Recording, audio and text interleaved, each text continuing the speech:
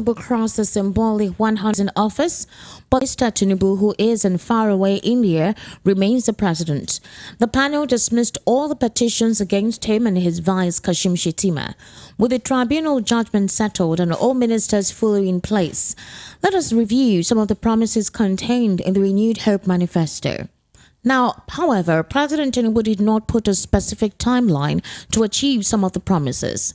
The president already removed the fuel subsidy regime, which Nigerians are still waiting for measures that would cushion the effect of its removal.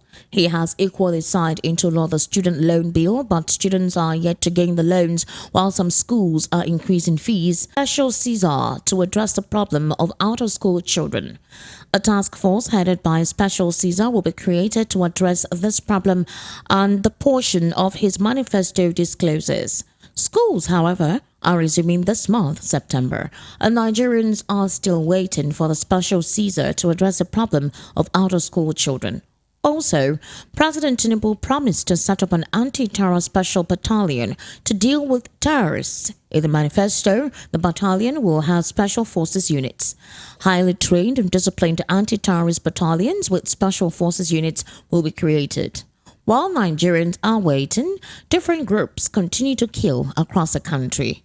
VOP News went to the streets of Lagos to ask some residents on what they think concerning the 100 days of President Bola Ahmed Tinubu's office and the Renewed Hope agenda, if they have begun to feel the effect of his manifesto in this 100 days kickoff.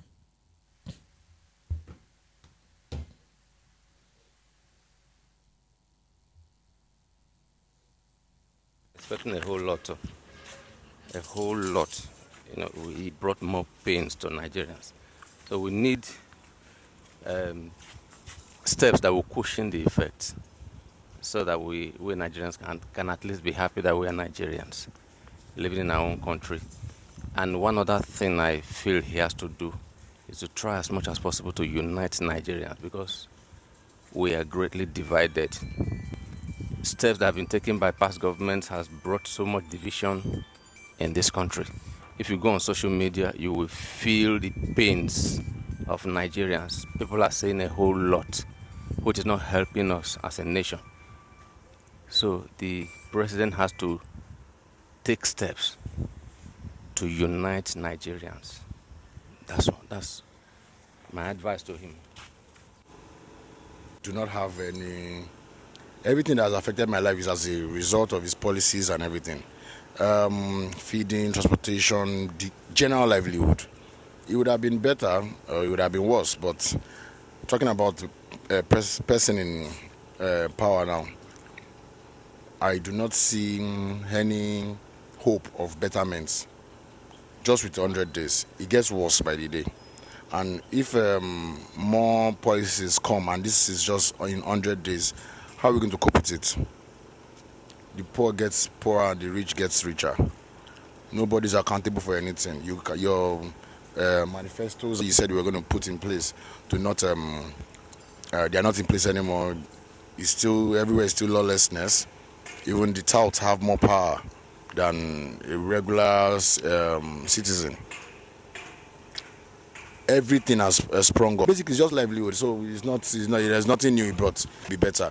It's crap. We all know that the present conditions, the thing has been Nigeria. The present president now is trying his best, just because the whole thing has totally messed up from the onset. So, and we all know that it's not easy to build up something that's totally spoiled in a day. Just like when someone is sick.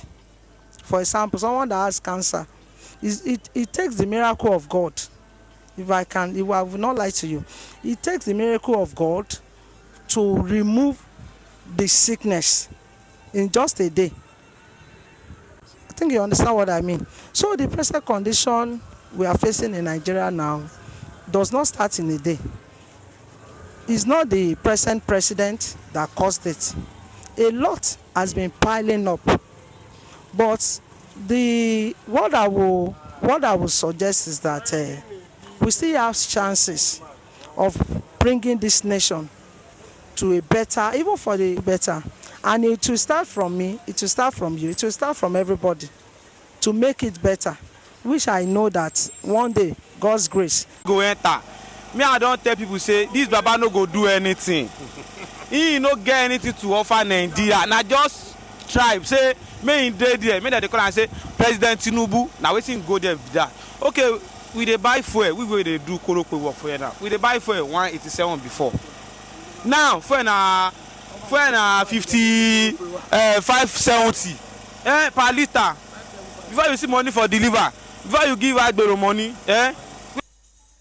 As the Nigerian masses, I have not physically noticed the differences of operations.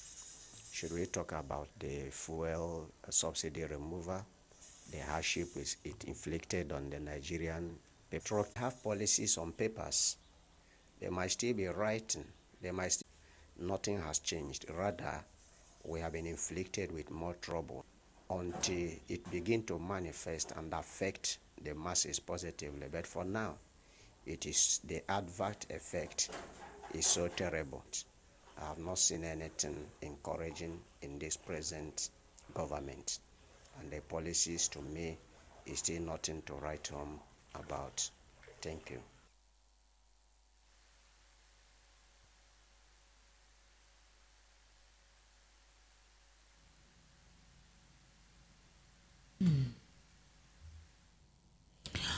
And that was a cross-section of Nigerians being questioned on what they think about the president's 100 days in office of President Bola Ahmed Tinubu. We hear the divergent views. I actually have right here in the studio a afternoon and welcome to the World News at 12. All right, Mr. Chichuku, just very briefly, because we still have about two very important topics that I need to get what your perspective is on about it. What would you say about what some cross-section of Lagosians have commented on the president's 100 days in office? Do you think that Nigerians should be patient? It is just 100 days, and it is not magic for a couple of policies and manifesto implementation to take shape? Well, the opinions I listened to, most of them are disappointed. Most of them are complaining. Give him time. That's the thing.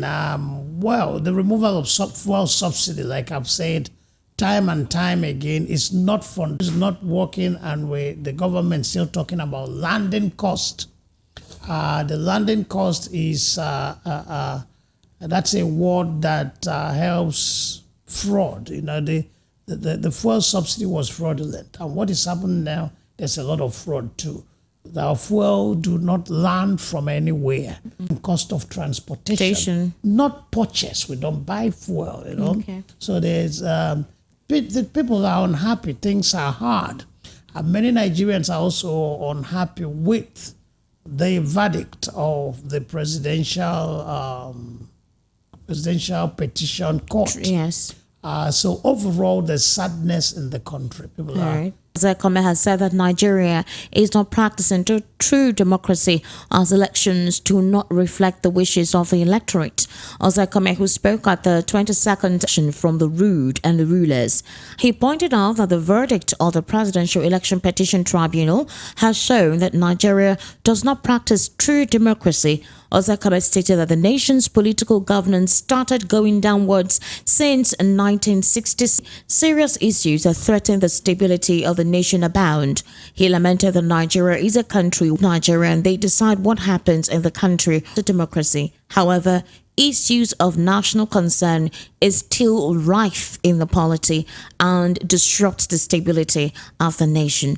He also disclosed that to achieve Nigerianization, Ozekhome insisted that a homegrown constitution made by the people rather than one imposed should be implemented. I want to ask you, with what Mike Ozekhome has said, now a couple of critics made a reference to the fact that possibly Mike Ozekhome is part of the legal team of the presidential candidate of the People's Democratic Party, and that would he have made this statement or at the moment, would he, in deference to either the Labour Party or the APC, call the tribunal to say that the tribunal was just and objective if his principle had won? Because if his principal had won, maybe a different tone or whatever criticism he's making at the moment wouldn't be the statement or the reference he'll be making now. What's your take on what he said? What he said is reflective of the Nigerian reality. Okay. He's being factual.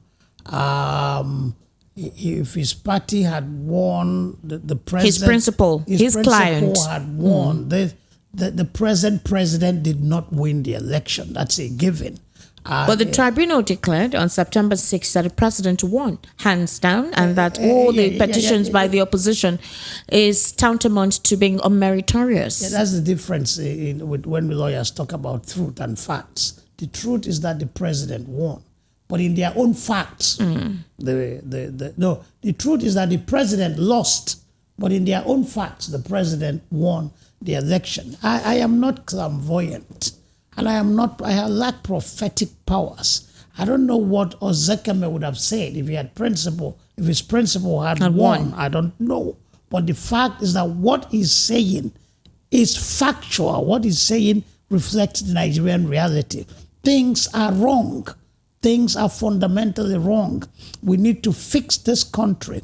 And the fraud, the violence, the intimidation, the corruption that this government has exhibited will not help in any way in fixing this government. Right. Yes, in some parts of this country, so much premium is placed on cows, the life of cows. So he is correct. He's being hyperbolic when he says cows are more cherished than human lives. Yeah, hyperbolically he's correct. Okay. Yes. And so I have no problem with what he said. What he said is right. Okay. All right, thank you so much. I want to head over to the former Minister of Aviation, Femi Fani-Kayode. He has aired his views as well on claims that the legal team of Tinubu Shetima wrote the judgment of the Presidential Election Petition Court, which was delivered on Wednesday. You would recall that when that judgment was given, some information that circulated without any guaranteed, evidence or fact were said that it was a legal team of President Bola Ahmed Tinubu that wrote down the tribunal's judgment. Well, he also, in reference to the allegation that the president's legal team received a copy of the judgment before it was formally delivered.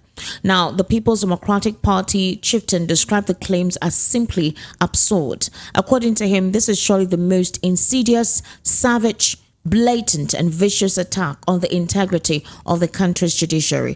Fani-Kayode also noted that the coordinator of the Tinubu's legal team, Babatunde Ogala, who is a senior advocate of Nigeria, has already explained why the inscription and wording that made reference to the president's lawyers at the top of the copy of the judgment came about. According to him, he says, those asking various questions and scrutinizing the judgment were doing so in an attempt to provoke anger, disorder, violent protest, anarchy, and chaos in the land. He said that such people were doing this in quote, I'm reading out what he said in his statement. He's very vocal.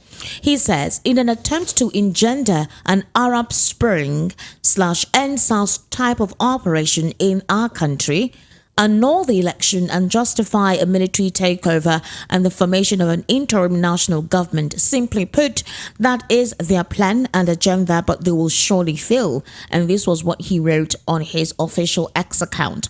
What would you say concerning the statement he made in public? He's saying those who are opposing the judgment of the Presidential Election Court are literally asking for an Arab Spring uprising that was witnessed, I think, particularly 2012-2014, and that they're also looking for what transpired in October 2020, that is the agenda they're looking for our government. Would you say that based on his response that is what it is? Well, his name is Fani Kayode, Femi Fani-Kayode, former aviation minister, they call him FFK. Has proven over the times that he talks without reservation. He has proven that he's not a man to be taken too seriously. He has his opinion, but even there was nothing wrong with the Arab Spring. The Arab Spring was a movement of the people to remove evil oligarchies that had dominated power at the strangulation, economic strangulation of the masses for so long, of the masses. So if the people who are the ultimate repository of power choose to rise up and snatch power from them, there's nothing wrong with it.